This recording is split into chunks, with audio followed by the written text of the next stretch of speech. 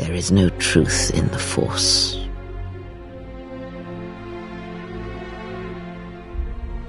There is no great revelation. No great secret.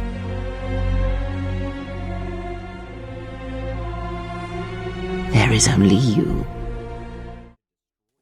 Born over 4,000 years prior to the outbreak of the Clone Wars, the Sith Lord Kreia, pronounced Kreia, was an unconventional and highly controversial Force-sensitive figure who took upon herself to build a new Jedi Order of her vision in freeing the galaxy's sentient beings from her perceived enslavement of the Force.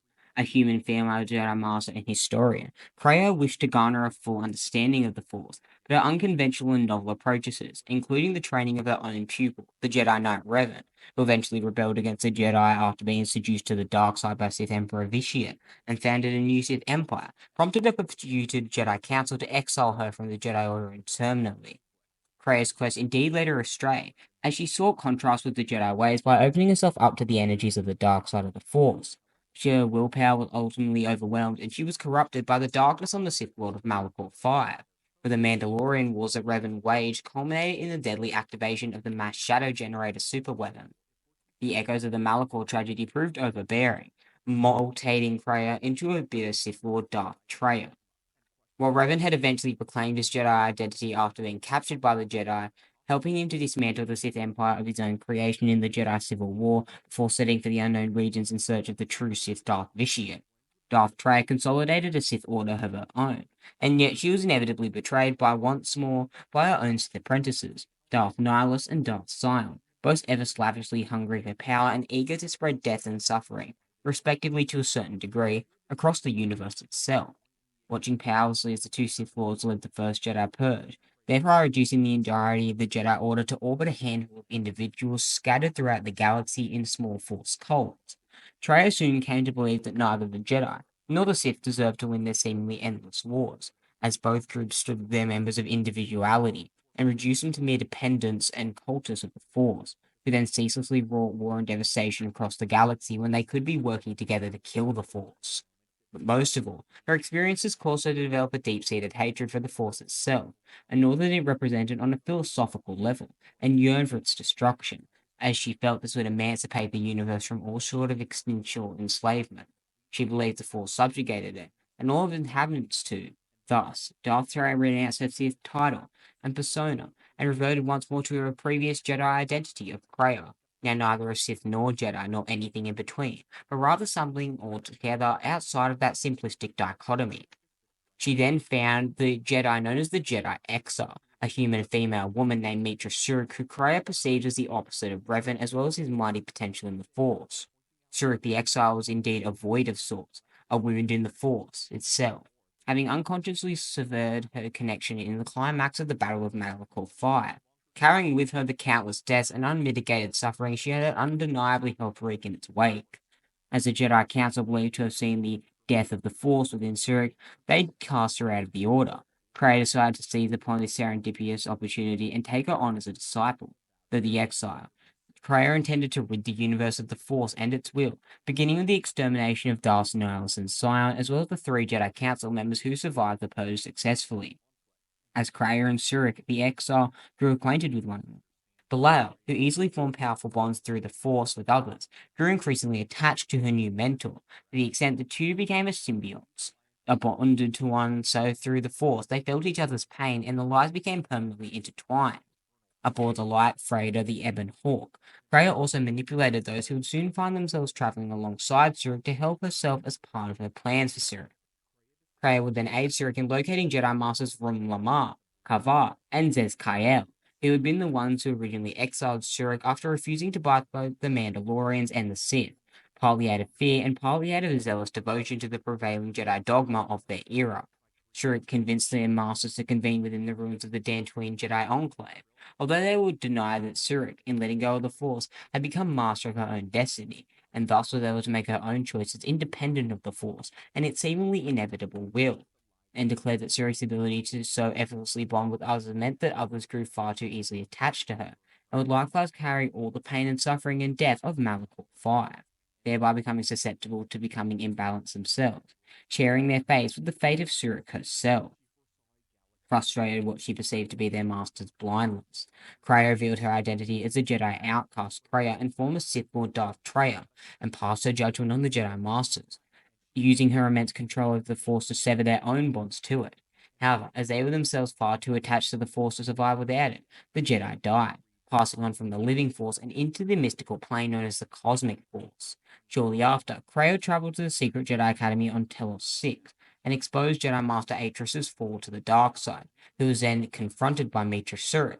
After Surik persuaded Atris to let go of the dark side's teachings and leave her to find her human self once more, she confronted and destroyed Darth Nihilus over Telos. The last echoes of her past laid to rest. Surik journeyed to Malachor 5 to confront Kreia and face her final test. On Malachor 5, Kreia had once again assumed the title and role of Darth Traya, asserting her dominance over Darth Sion. Traya made preparations for Surik's final test, the death of the past itself. After Surik made her way through the numerous Sith minions on Malachor 5 and Sion himself, she found Traya within the Trayus core. Traya explained that her overall goal was to free the universe from the controlling influence of the Force and its influence, as well as her hatred for it and its control over every single living being's destiny, even non-sentients. Every single being in the galaxy, from grass to gods, all had some sort of connection to the Force. Traya informed Surik that she must let go of everything other than herself to achieve her full potential, to be truly freed, to live and be herself in the most purest form possible without the influence of the Force mitigating on her. Traya then delivered unto Surik an ultimatum: either kill her, or Traya would kill Surik. Thus, Surik was forced to betray her now former master, as Traya in the depths of the Trayus Academy, granting her death per the Mentor's will. But before Traya died, she imparted a final gift of knowledge. She foresaw through the fabrics of the Force, and she informed Surik of her visions of her, her companions, and indeed the entire galaxy's future. Traya had perhaps the most pure clairvoyance of any single Dark Lord of the Sith and being in history, possibly rivaled only by the likes of Yoda and Palpatine. Surik then proceeded to destroy the Trayus Academy, bringing an end to its call of darkness before leaving to the unknown regions in search of Kreia's former student, Revan. Together, they would face the true Sith Emperor Vitiate, although Surik would be killed by the Sith's enforcers. Surik and Revan clung on to spirits before eventually choosing to let go of themselves for the fate of the entire galaxy. As Force ghosts, they continued to influence events, as they passed on their legacies as the commander of the Eternal Alliance, an individual whose own organization had become independent of the Force-based dogma of the Jedi and Sith orders, uniting people of differing alliances to forge a new galaxy, free of tedious authorities such as emperors and wars such as the war against the Cool. However, this apparent progress would be undone by the Third Galactic War, as well as the new Sith Wars, as well as the construction of the doctrine known as the Sith Rule of Two.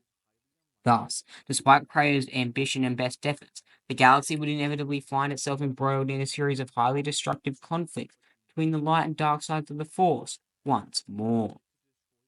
Kreia, in my personal opinion, has one of the most unique and interesting outlooks on the Force, with the following quote, in my personal opinion, emphasizing it entirely. If you seek to aid everyone that suffers in the galaxy, you will only weaken yourself and weaken them. It is the eternal struggles when fought and won on their own that yield the strongest rewards. You stole that struggle from them, cheapened it. If you care for others, then dispense with pity and sacrifice and recognize the value in letting them fight their own battles. And when they triumph, they will be even stronger for the victory. In my personal opinion, to uncover Kreia's unorthodox views on the Force, we're going to have to delve into her abilities as well as powers as a Force user. While of course I would be able to spend all day talking about Kreia's unique powers in the Force, I'm going to try to summarize it into just her primary ability, with small nods to the more unorthodox ones as well as other ones that aren't as important but still deserve to be mentioned. A quote from Kreia about the Force goes as follows. I use it as I would use a poison. In the hopes of understanding it, I will learn the way to kill it, but perhaps these are the excuses of an old woman who has grown to rely on a thing that she despises.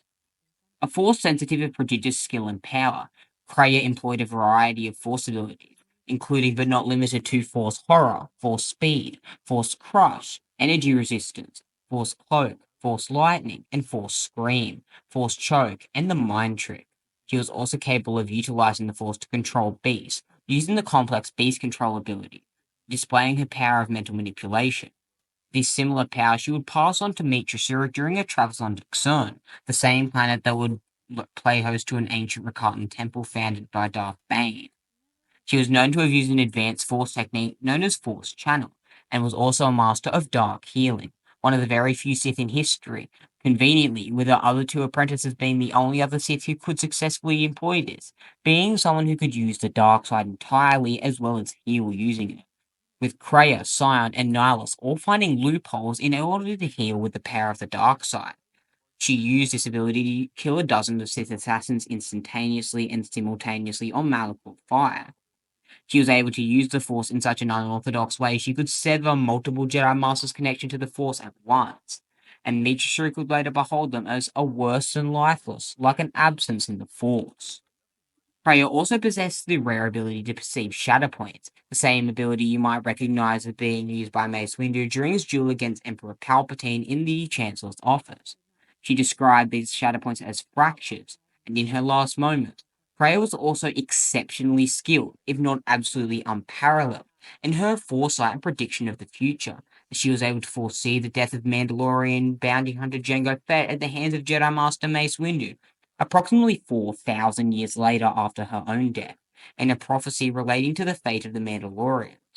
She was also a master of telepathy, being able to communicate with others over large distances. She demonstrated this when she telepathically spoke to Mitra Surik on Korriban, and telepathically informed the Jedi Master Atris of Brianna's betrayal despite her having been several light years away from Telos while she was still on Revan's flagship, the Ebon 4. Kreia also knew the ability of breath control, which had made her immune to most gaseous poisons. She taught it to the Exile was she in danger of dying from the toxic fumes of the Jek Cantina during a meeting with the local exchange boss Visquis on Nar Shaddaa. Kreia also utilized her healing powers to revive the Wookiee Hanar after he was left for dead by Mira. On Onderon, she received Colonel Tobin and revived him after she was killed by Drex Lavar. Kreia was rather proficient at using the Force to conceal her own presence from whoever she chose. Her skill with this ability was demonstrated on the Ebon Hawk, when she whispered to Mikal, making him believe he was hearing things and going insane. Kreia also used a variation of this ability that enabled her to be perceived but remain entirely unnoticed, to cloud and fog the memory of others so they would forget her presence or even her entire existence. She was capable of molding and modifying the memories of even Jedi, for instance, selectively modifying the memories of the Jedi Mikkel when he discovered the true scale of Kreia's machinations. She was also able to alter his memory to make him forget that she existed completely, therefore stopping his machinations from taking place. Kreia then modified his memory of what he had discovered, burning it so that way he could remember what he had discovered about her plans at a time that suited one better. Kreia's skill with this technique was such she could render herself completely invisible to Jedi, even ones who were in extremely close proximity to her.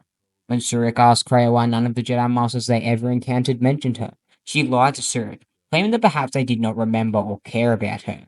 She described her ability as making herself very small, similar to the art of the small ability utilized by the Jedi Master Vergier, a talent she claimed not to use on Surik, and that was even more effective on the worlds from whence they traveled, where sensing Force users was difficult. On Dantooine, the Jedi Master Rourke Lamar told Surik about the Sith threat, and told her of their ability to mask their presence within the Force, but he did not believe that mere Force cloaking techniques would alone be sufficient to hide the one responsible for what had befallen the Jedi in the first Jedi Purge. Eventually, Surik would learn more about this, when Kreia was revealed as one of the Dark Lords of the Sith in the past. Atros explained that much of the reason she succumbed in hiding her dark persona lay actually in the feat of the Force that had been stripped away from her. Kreia had phenomenal power of the workings of the mind, as well as mental manipulation, influence, and machinations. And while she was a naturally talented manipulator and schemer, she could also use the Force to confuse others, or reach into their minds and find their darkest secrets. In my personal opinion, Kreia perhaps is the wisest being in all of Star Wars, or at least up there in the top 3 or maybe even top 5. Kreia similarly also has probably the most unique view on the Force from any Force cult being in all of Star Wars, more unique than the Night Sisters of Dathomir, the Sith Purebloods, the Corozil, and various others. Kreia was skilled at telekinetic lightsaber combat, which allowed her to wield at least 3 purple lightsabers in combat, holding each of them aloft with the Force and having them fight with a will of their own. An incredibly ridiculous power, as many Jedi, even venerated Jedi Grand Masters in the past, were unable to even make one lightsaber levitate with the Force. She was also very skilled at physically wielding a lightsaber before her hands were severed, using combat forms Shi-Cho, Makashi, and Surisu. She was also known to have used a rare lightsaber technique known as Trakata, which is an ancient technique that I'll make a video on soon. When the Exile would ask Kreia about each different form of lightsaber combat, the Exile Jedi Master and the former Dark Lord of the Sith knew enough about each form to give Zurek an accurate description, as well as an accurate authorization of every single form that was currently created, as at this time, not every single form was currently in works. Kreia had once been a Jedi historian, and on her way through the path of knowledge, the Jedi Code became unified for her idea of teaching and learning the ways of the Force. She came to the revelation that the Force defied the tenets of the Jedi Order itself, and her philosophical views altered dramatically. The one who was truly to understand would need the contrast, not adherence to a single idea. During this time, Kreia searched and gathered relics of the dark side of the Force. On Korriban, Kreia indulged Sirik in a tour of the tombs and excavation sites in the Valley of the Dark Lords while displaying her profound knowledge of the journey of their history, including the tomb of Tulak Hord and Marco Ragnos, a contempt for her ignorance and a care for truth that survived to her last days. In her journey with Sirik, Kreia spoke of healing during a lesson related to skills as something about which she was knowledgeable. When asked about her eyes, Kreia claimed to be able to heal her own damaged eyes, atrophied from disuse, yet she refused to do so, as she had the ability to see, utilizing the complex Force technique of Force sight through the Force, and regarded her natural sight as a distraction. She could also use the Force to enter a hibernative trance that would slow down her biological functions and make her appear dead, very similar to the seed consumed by Nico D'Angelo in the Percy Jackson series. He also used his ability on the Ebon Hawk, when the Harbinger tracked her bringing the freighter, and again when the Republic warship fired on it, proving Kreia's immense mastery of the dark side of the Force itself. As an individual, Kreia was a self-reliant, manipulative, and wary of the intentions of others, always thinking in the third person. She utilized her skills of manipulation and subterfuge to maneuver herself into a position of power at the Treyas Academy, and later utilized these same skills to control several of Mitra Surik's companions without them realizing in order to further her own manipulative and machinal agenda.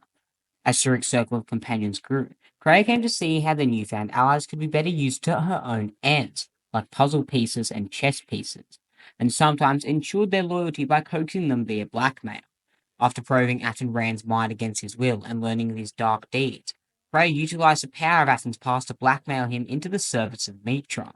She also tempted Mandalore the Preserver, the successor to Mandalore the Ultimate who had been killed by Revan in the Mandalorian Wars, with information of Revan's own fate in order to ensure that he would not betray Surik. Additionally, the former Sith Triumvirate leader demonstrated exceptional talent at manipulation, as well as deception, that she used to further her own agenda as well as her own plans. Kreia lied to Surik on multiple occasions, notably at the beginning of their quest, claiming that the Jedi Council had stripped her of the Force. She knew that the lie would lead Surik to seek out the surviving members of the Jedi Council, in hope that she herself, or Surik, would prove them wrong in their teaching. On the planet of Onderon, Kreia lied to Tobin about the existence of as many Jedi in the Jedi Academy on Telos. She knew that Tobin secretly served Darth Nihilus, and thus she lied to him so that Nihilus would be tricked into assaulting Telos to replenish his own power, successfully maneuvering her former Sith apprentice into a vulnerable position against an assault from Surik and the Mandalorian, ultimately leading to his death.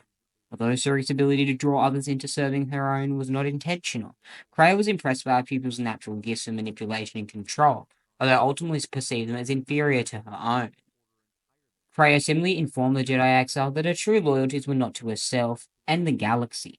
On intermittent occasions, Kreia saw that such passions were not strength, but erosion of the mind and of the body. Though she withheld ultimate judgment on the matter of love, she also remonstrated Surik for taking the challenges of others, arguing that compassion weakened the benefactors by depriving them of the mental and physical enrichment that life's challenges procure. Having someone always conquer your challenges for you doesn't enable you to grow. It merely keeps you there and it makes you expect for other people to do it every single time. Not only did Kreia find acts of compassion committed without regards to consequence to be pathetic, to her it was also ironic since it weakened the very people it was intended to aid, cheapening their experiences and leaving them more ill-prepared for dealing with the difficulties on their own when Surik was not around to help them. This displayed an additional depth to her beliefs, as although advocating for leaving others to deal with their own problems, it was in the service of the belief that this would serve better to elevate her own power and empower them further. Despite her cold and callous persona, as well as maniacal nature, Kreia possessed a softer side to her personality that was more apparent when she was mentoring Surik, almost like a grandmother figure, though she still possessed the tenets of a Dark Lord. Kreia in the end loved Mitra Surik as a person to the point she would have been willing to sacrifice the entire galaxy if it meant preserving her and her unique status. During their time together as master and apprentice, Surik was the only person that Kreia ever genuinely truly cared for, and everything else in the group was just an expendable asset perceived by her eyes. Due to her disdain of others who are either weak-willed or utterly blind to the Force's control and will, she often belittled Mitra Surik's allies by using their nicknames. Whenever addressing or referring to them, she would refer to Aten Rand as the Fool, or Mikkel as the Tiny Jedi, Brianna the Handmaiden as the Servant of Atris, Mrs. Mara as the Blinded One, or the Seer, Mira as the Huntress, and Barrow Dur as the Alien. Kreia also referred to droids who traveled with Surik, T3, M4, HK-47, and GOTO, as machines. Before Aten Rand's force sensitivity was discovered by Surik, Kreia possessed a small amount of respect to him, whether the exiled Sith regarded Aten as an idiotic fool. She was amused by the irony of how he could survive without the Force despite having a natural connection to it, whereas Jedi would be rendered helpless without their connection to the Force, having relied on this ancient cosmic power for so long. Aside from displaying disparagement for Mitra Surik's friends and allies, Kreia made public contempt of Mandalorians. As she despised the Jedi Council for its hubris, she detested the Mandalorians for possessing the arrogance to believe that they could defeat those who made usage of the Force. During Surik's alliance with Mandalore the Preserver, Kreia took a jab at every opportunity to remind the Mandalorians of their inferiority against the Force-enhanced Jedi, as in the Sith. She saw them as simple-minded fools for constantly underestimating the Force as well as its cosmic power. Ultimately, Kreia perceived the Mandalorians as nothing more than common soldiers who could never triumph over the Jedi in the long run, for all their military tactics were nothing in comparison to the clairvoyance the Force granted her. Kreia also displayed skepticism of artificial intelligence and AI units, though she regarded Revan as power itself and one of her finest pupils. Kreia could not understand Revan's fascination with things dead to the Force, such as machines and technology. She believed her former pupils and Padawan's interest in droids stemmed from his preference for followers who obeyed his orders without question. Hence, she believed that Revan would have loved nothing more than to have human droids like Surik in service to him, one who was dead to the Force, an empty shell that would carry out his orders without question. Due to a lack of trust in droids, however, Kreia treated TM4 with disdain and begrudging tolerance. Aside from droid, however, Kreia put up a distinctive mark of mild intolerance towards non-human species, aside from Barad-dûr. She referred to an exchange criminal syndicate boss Visquis as the Alien, and also regarded Zala Stin, a Twi'lek Jedi Master, as a fool, blind to the abilities of the Force, and under its complete control, no matter what. Something that I found rather unique is Kreia often disproved of Revan's redemption of the ancient Sith spirit of Ajunta Paul, the original creator of the Sith who disbanded from the Jedi in the Second Great Schism, believing it to be cowardly from turning away from one's own nature, a betrayal of the self and your own ideology, a heinous act to Kreia. Rather than believing that dying in peace and passing on to the Force could belong to anyone who truly desired such a fate, Kreia felt that redemption was a form of spiritual collapse, a fall that few ever recovered from. However, she proved that she could. At some point between Revan taking up the mantle of Dark Lord Sith and encountering Mitra Surik, the one thing that fueled hatred and Kreia's hatred from the Force was the Force itself. She strongly believed in the will of the Force, viewing it as a conscious entity that controlled the destiny of all living beings. Thus, she perceived the Force as an ancient, all-encompassing deity that gave no regard to individual wills, and sought to rid all sentience from its control. However, with their power and connection to the Force stripped away by Sion and Nihilus after their betrayal, who had been consumed by the dark side of the Force's power, Kreia turned to Mitra Surik. The fact that Surik was virtually the exact opposite of Revan had been due to Revan's immense power in the Force is what drew Kreia to the Exile in the first place. Whereas Kreia was a philosopher, Revan was the heart of the Force in Kreia's eyes, and Surik was the death of the Force. Thus, Kreia hoped to use the Exile to destroy both the Jedi and the Sith in a form of sin and ethos from both dichotomous ideologies. At the end of the Exile's quest to find the lost tribe, Kreia stripped away their bonds to the Force, thus killing them in their ability to let go. in orchestrating her students' confrontation with the Master Atrus. The fallen Jedi Master's teachings are foiled, and along with the defeat of Darth Nihilus and the subsequent death over the Telos, the Sith Revan formed were no more than safe for those on Malachor 5. He was swiftly dispatched by Surik as she convinced Darth Sion to let go of his suffering and life, therefore finally allowing him to die. Ultimately, Kreia wanted to pass on her teachings to the Exile in the end, allowing her and her followers, the Lost Jedi, the True Jedi, to form a new Jedi Order from the ashes of the old one that had been exterminated by Nihilus and Sion. When the Nihilus and Sion grew weary of Kreia's teachings and her powers, they betrayed her, stripped her of her powers, and exiled her. Even during her years as a Jedi, Kreia's views were perceived as unorthodox and estranged to the other Jedi compatriots. She often put forth questions that challenged and deconstructed the traditional interpretations of both the Jedi, the Republic, and the Force itself.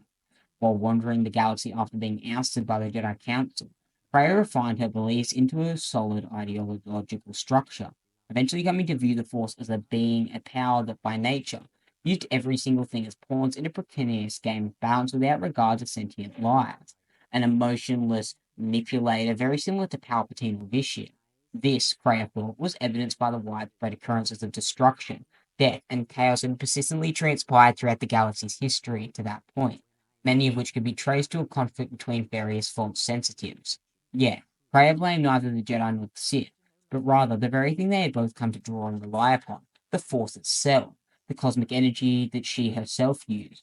After being exiled from the Jedi Order, when she was forced to shoulder the blame for Revan's corruption and subsequent fall, and after again she saw Darth Trail, who was exiled from Malachor 5 by Sion and Nihilus, Kreia had experienced betrayals from, and saw the flaws of both the Jedi and Sith ideologies. These unique experiences, that were unparalleled in history, disillusioned her, forcing her to refine her ways of thinking into a more constructed approach. When she heard about Nietzsche Surik, she displayed proof that life could exist without the Force. She saw as disproof of the traditional dogma of both the Jedi and Sith beliefs that the Force and life itself were inseparable and intertwined by nature. This renewed Kreia's confidence in her own personal beliefs, and fueled a desire to learn more of the exile's personal motivations and machinations. In her adventures across the galaxy with Surik, Kreia had discovered that certain tragedies could leave wounds in the Force. A wound in the Force was characterized by a vast loss of life at one single occurrence. The Death Star wiping out Oridon and Alderaan left a significant wound in the Force and location of the destruction of the planet, which sometimes made it difficult to hear and be used. These echoes, as Kreia called them. Her discovery was due in no part to Surik, as her experience at Malachor 5, where she cut herself off from the Force just as the activation of the mass shadow generator took place, created an echo large enough that Kreia was able to connect the tragedy to the wound created in the Force, with this wound manifesting itself into Darth Nihilus, the Lord of Hunger.